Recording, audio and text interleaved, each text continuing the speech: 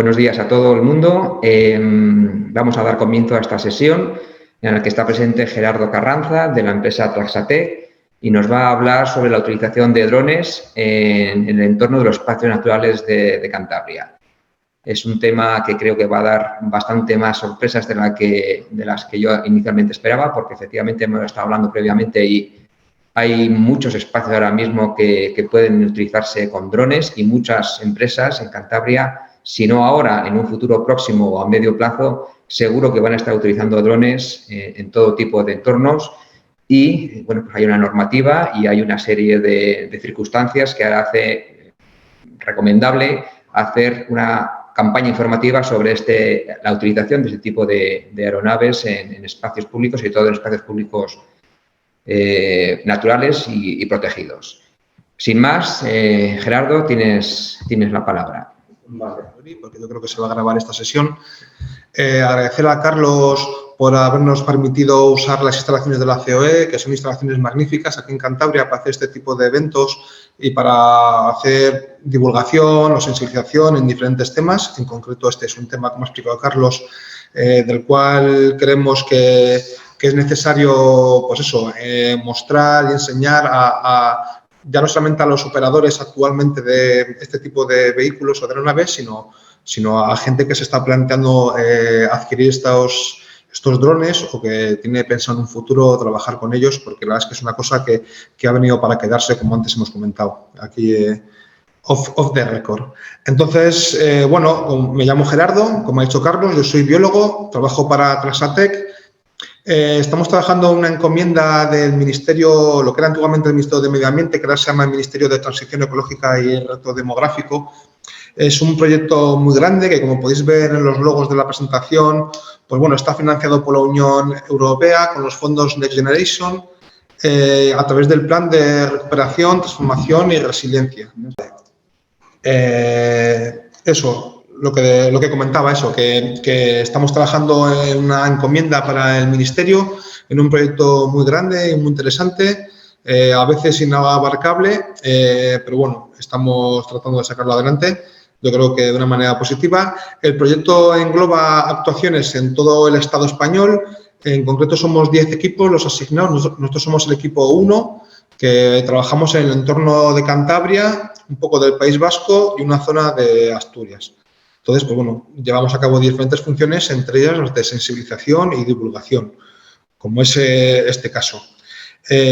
Vamos a empezar ya un poco. En la charla se trata de una guía de buenas prácticas en la utilización de los drones o sistemas de aeronaves no tripuladas en espacios marinos protegidos de competencia estatal. Aunque, bueno, me voy a centrar en espacios marinos, pero es extrapolable a otro tipo de espacios que no sean marinos, que sean terrestres, porque obviamente las zonas protegidas son las mismas. Pero bueno, yo me voy a enfocar más en espacios marinos, que es la zona en la que nos toca a nosotros. Como comenté antes, yo soy biólogo, no soy piloto de drones, ni soy operador de drones, y entiendo que los que estéis al otro lado, los que estéis interesados en esto, seguro que sabéis más del tema. Yo me tengo un poco que meter en el mundillo del manejo de los drones y de las normativas. Me he dado cuenta que es bastante complejo y farragoso, porque es una cosa que yo creo que hasta hace poco tiempo no estaba regulado. Yo creo que desde la Unión Europea y desde el Gobierno se han metido a ello. Y bueno, decir que los vuelos con drones en España, como muestro en la diapositiva, están regulados bajo una normativa de la Agencia Estatal de Seguridad Aérea y de la Agencia Europea de Seguridad, EASA. Bueno, antes de nada, comentaros que en la presentación, que los vamos a dejar en PDF, vais a ver que está marcado en azul diferentes links que os van a llevar a toda la información que está indicada en esas frases. O sea, que no os preocupéis porque de hecho, a ver si podemos en algún momento dar algún link de estos para que veáis que efectivamente nos lleva a las páginas de información.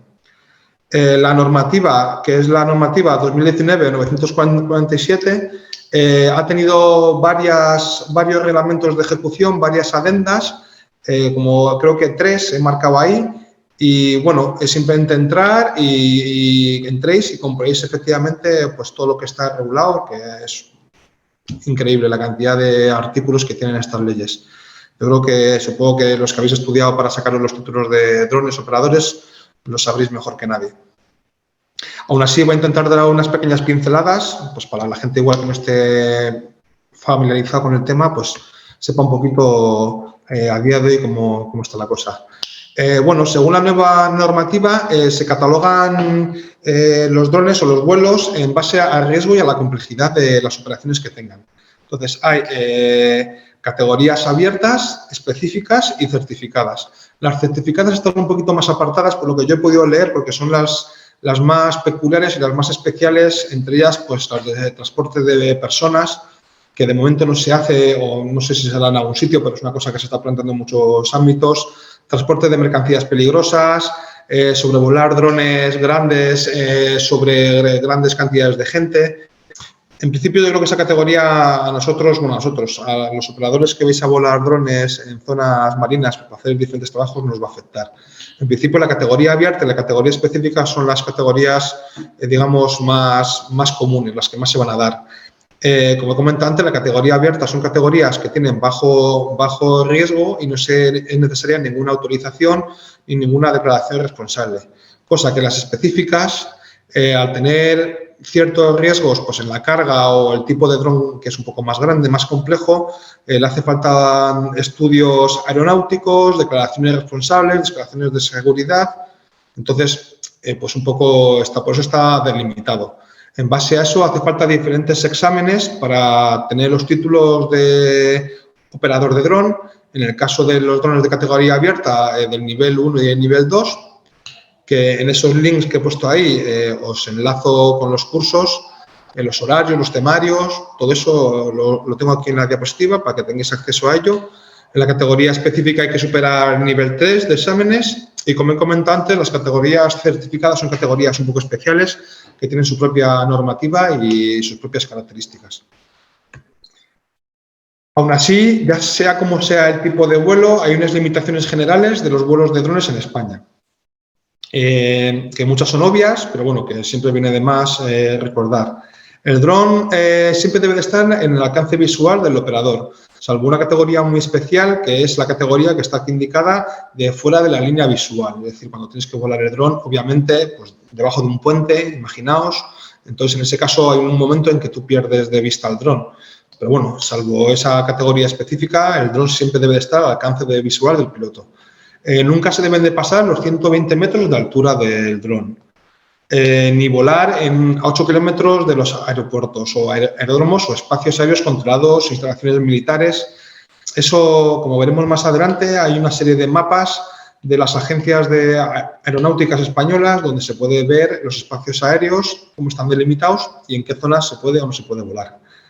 No es obligatorio un seguro de responsabilidad civil, pero es bastante aconsejable, tanto para los daños que se puedan suponer para el aparato o los daños que se puedan generar, pues, no sé, podemos imaginar un montón de circunstancias.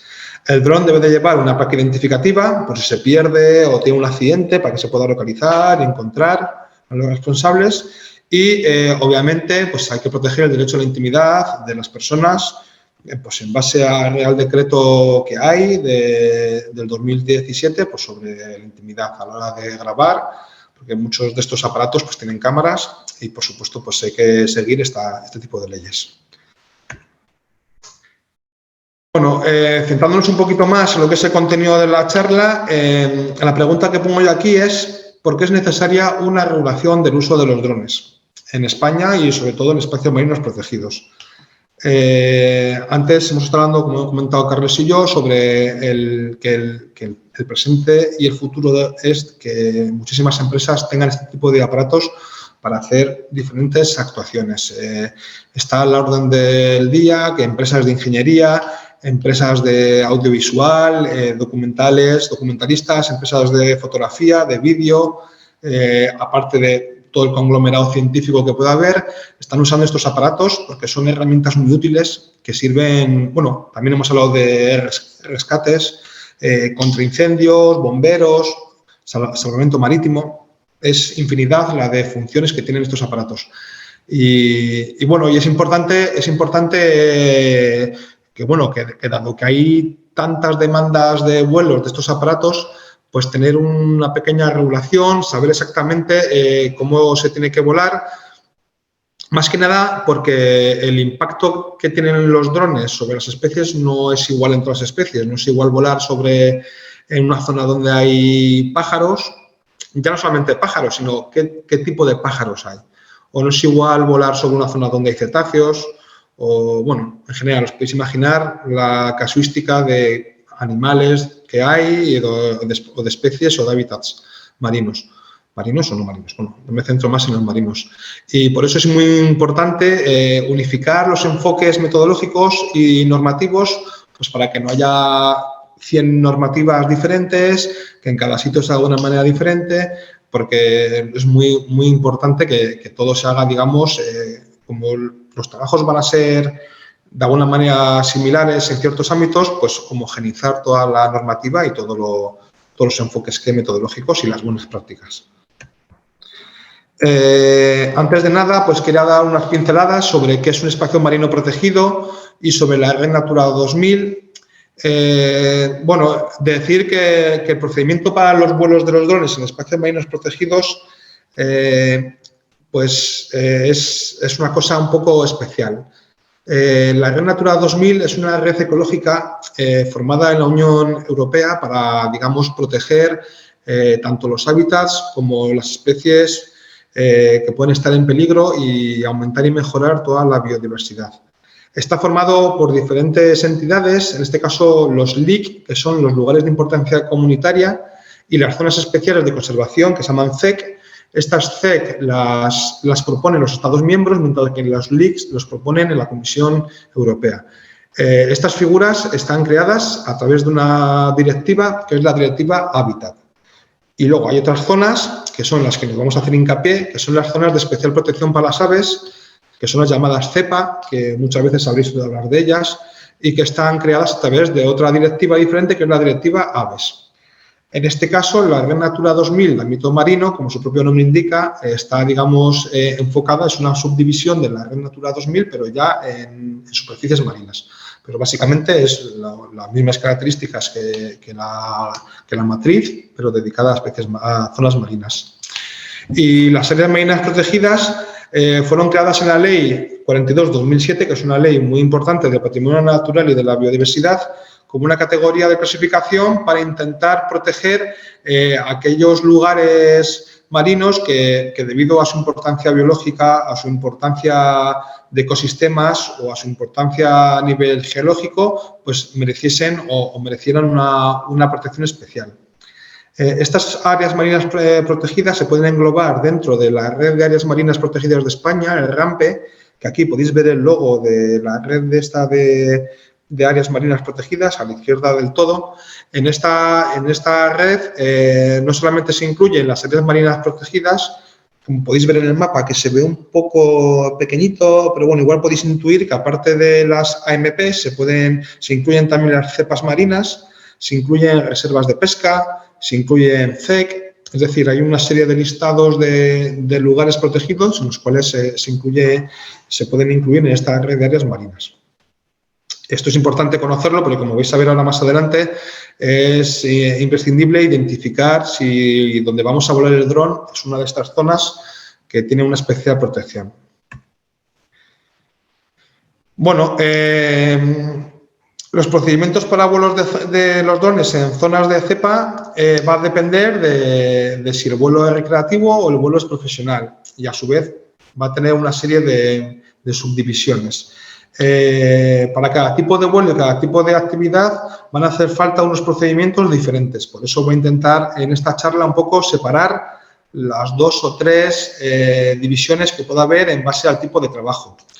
Sin contar con que lo que yo voy a contar es específico a cepas marinas, pero también es obvio decir que si para volar el dron tenemos que volar sobre otro tipo de zonas que no son cepas marinas y que tienen su propia regulación, hay que también seguir las otras regulaciones, como puede ser, imaginaos que para acceder a una cepa hay que sobrevolar un parque natural o un parque nacional. En nuestro caso no, pero igual en otro lugar sí. Entonces hay que seguir las indicaciones del parque nacional, del vuelo de drones y luego aparte el de la cepa.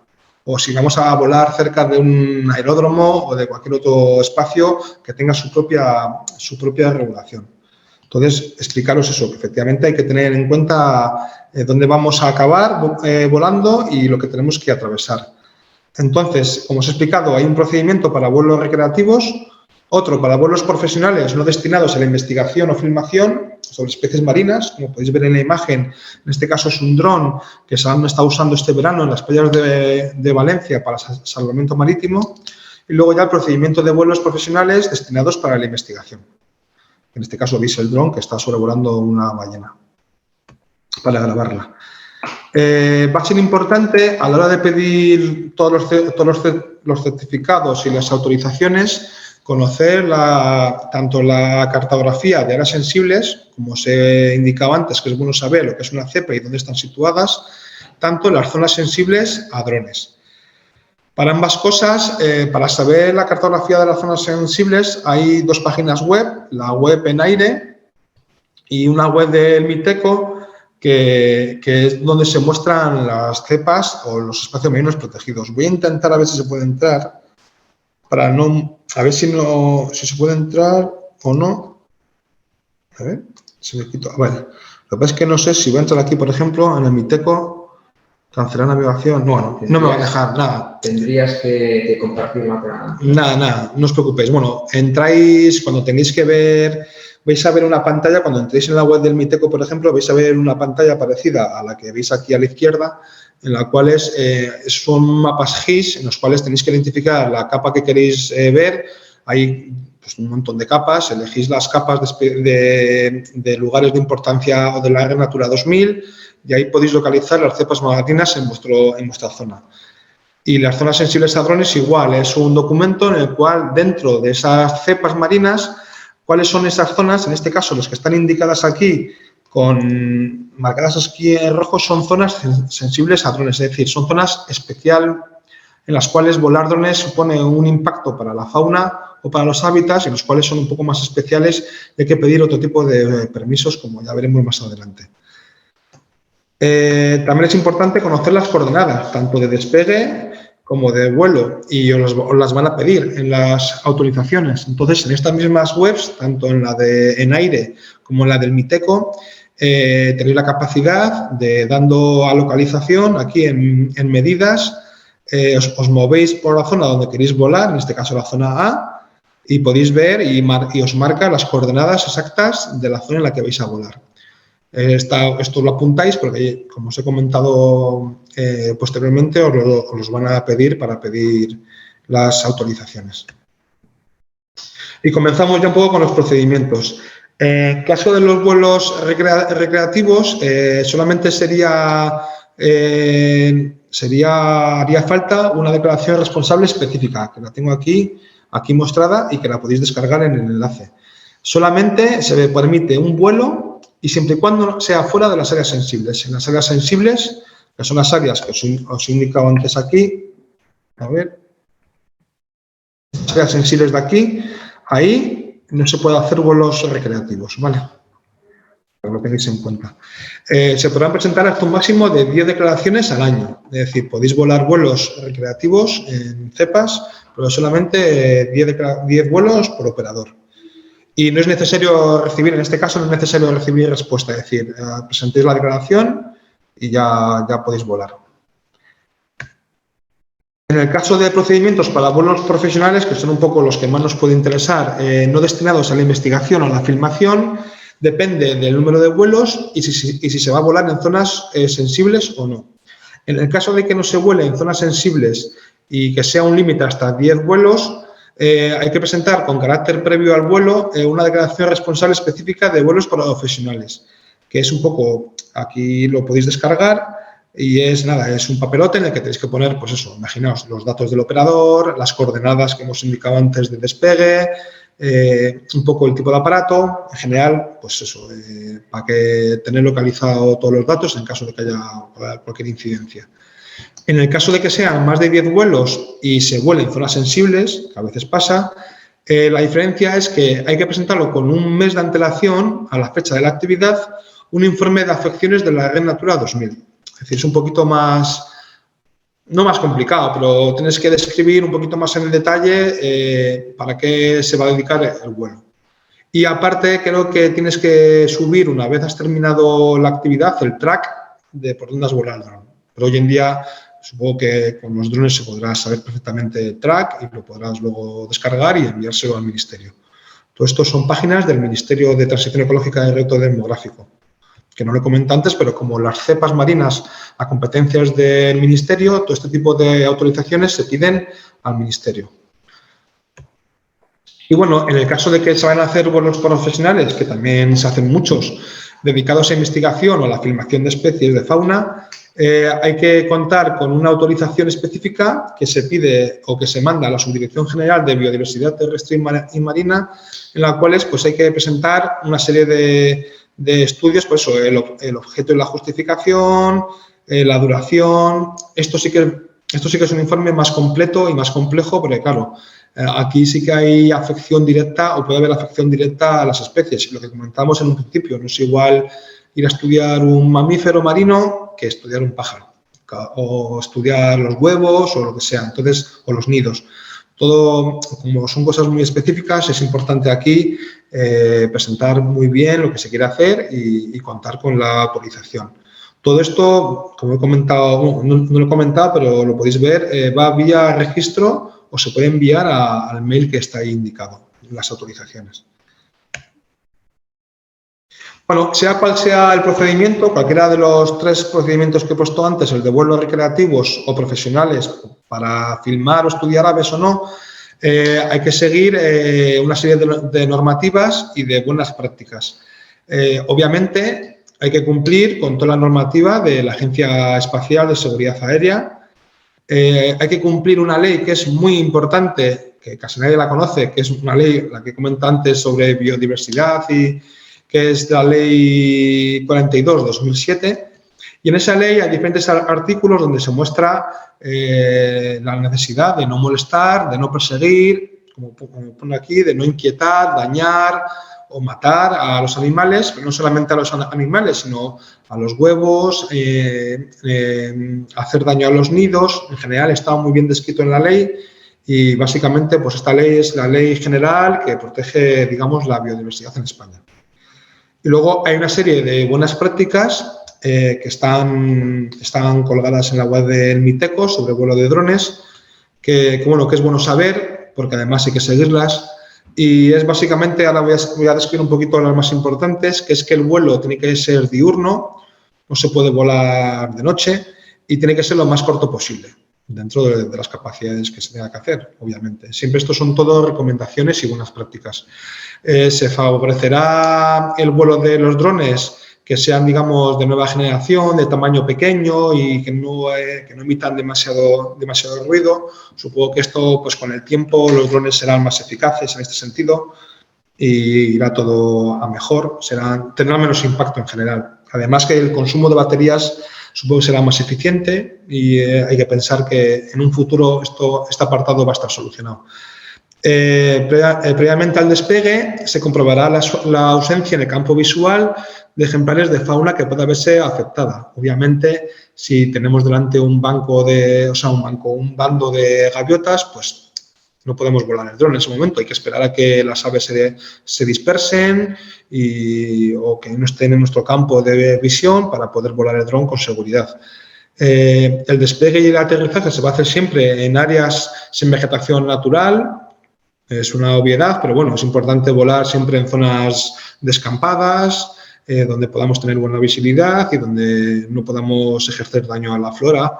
Y si se hace desde una embarcación, esta no se podrá aproximar ni a balsas ni a zonas con aglomeraciones de aves, que son las llamadas pajareras, que a veces las aves marinas, pues cuando hay un afloramiento de pececillos o de alimentos, se concentra en una zona, pues es importante no ir con el barco donde están esas zonas, pues para no molestarlas.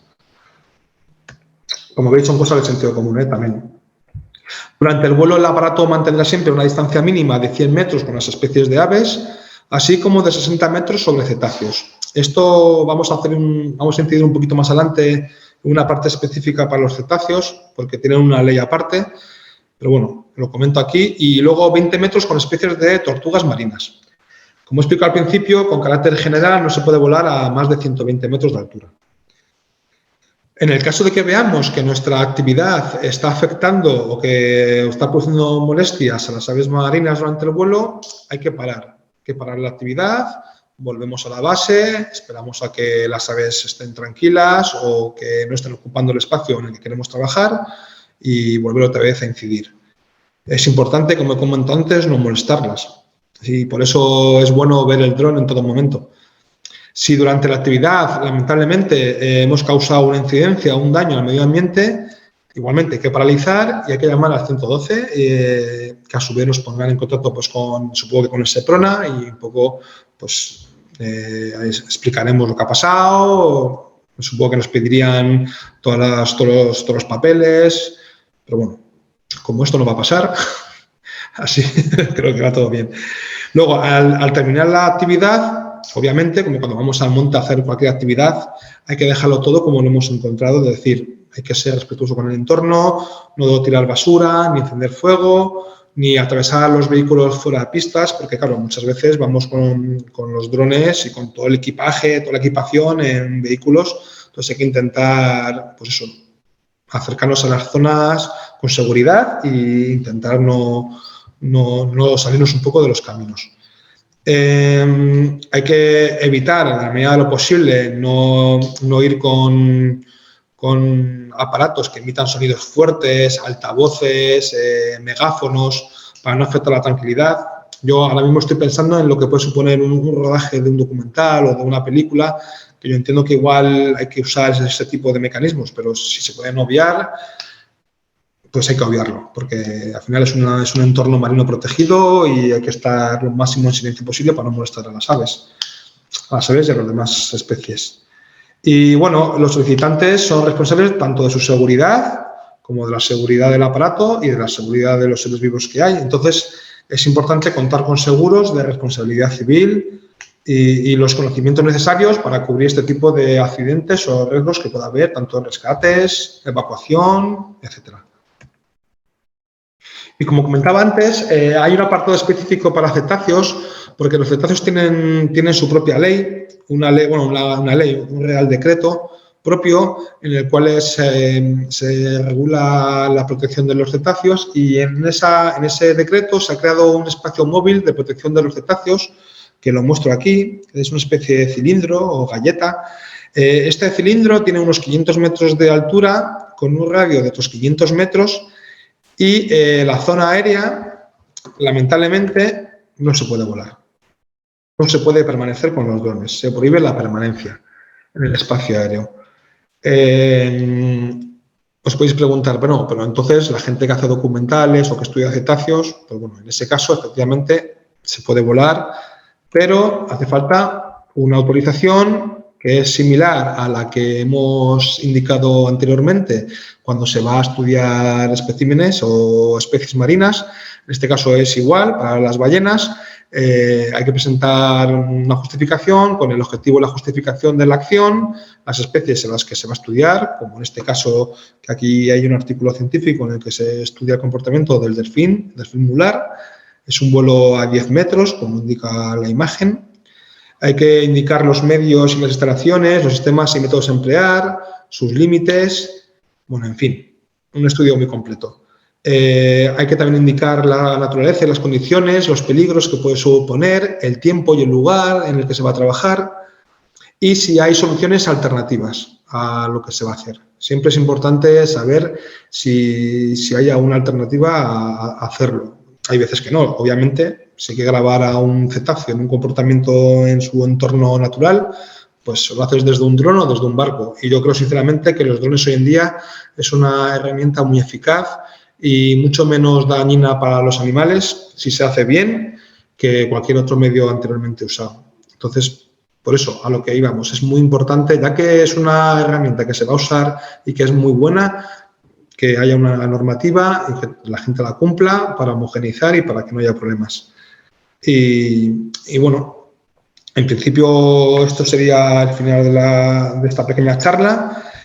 Bueno, aquí tengo mi email, por si acaso tenéis alguna duda o que supongo que sí, pero bueno, y si no, pues como os he comentado antes, en la diapositiva tenemos todos los enlaces a todas las normativas, a los permisos que hay que solicitar Pero aún así, si tenéis cualquier duda o que, oye, Gerardo, que no encuentro cómo pedir este papel o que no encuentro este tipo de normativa, no dudéis en poneros en contacto conmigo o si no podéis conmigo, con Carlos, que Carlos se pone en contacto conmigo. En ese sentido, nada, podéis contar con mi ayuda o con la de mis compañeros, que aquí no están, pero bueno, también ellos os pueden echar una mano. Así que nada, eso, agradecer eso a Carlos otra vez y nada, si tenéis alguna pregunta que hacerme ahora, pues intentaré responderlo. Silénciate, por favor. Entiendo que... Bueno, yo creo que se me oye. Esto es él. Si alguien tiene alguna pregunta o le podemos atender ahora mismo, que sepáis que esto se va a colgar en la página web de CPM Cantabria, en el apartado de formación ambiental. Y bueno, vamos a ver si alguien tiene...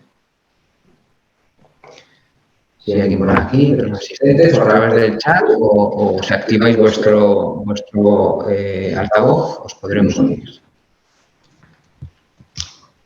Vale, pues en todo caso, Gerardo, muchísimas gracias a ti, muchísimas gracias a tu empresa, TlaxATec. Y bueno, pues aquí está la exposición. Espero que haya sido, la verdad que ha sido bastante directa, al grano. Y la sorpresa de eso, de las necesidades ahora mismo de regular todo este mundo, submundo de ahora mismo de los drones, porque realmente son muy útiles para muchísimas cosas, pero puede ser un auténtico caos si no hay una regulación que nos limite, al menos nos diga lo que tenemos. Imaginar los cielos llenos de estos aparatos de aquí para allá es una cosa que es necesario, bueno, y ya están en ello, ¿eh? O sea, los gobiernos, la Unión Europea están muy encima del tema este porque están viendo tiene que ser así, no queda otra. En fin, muchísimas gracias a los asistentes y a los que lo visualicen más adelante. Estamos encantados de volver a colaborar con vosotros. Cuando queráis. Y atender cualquier necesidad de las empresas de Cantabria. Muchísimas gracias. Gracias a todos. Hasta luego.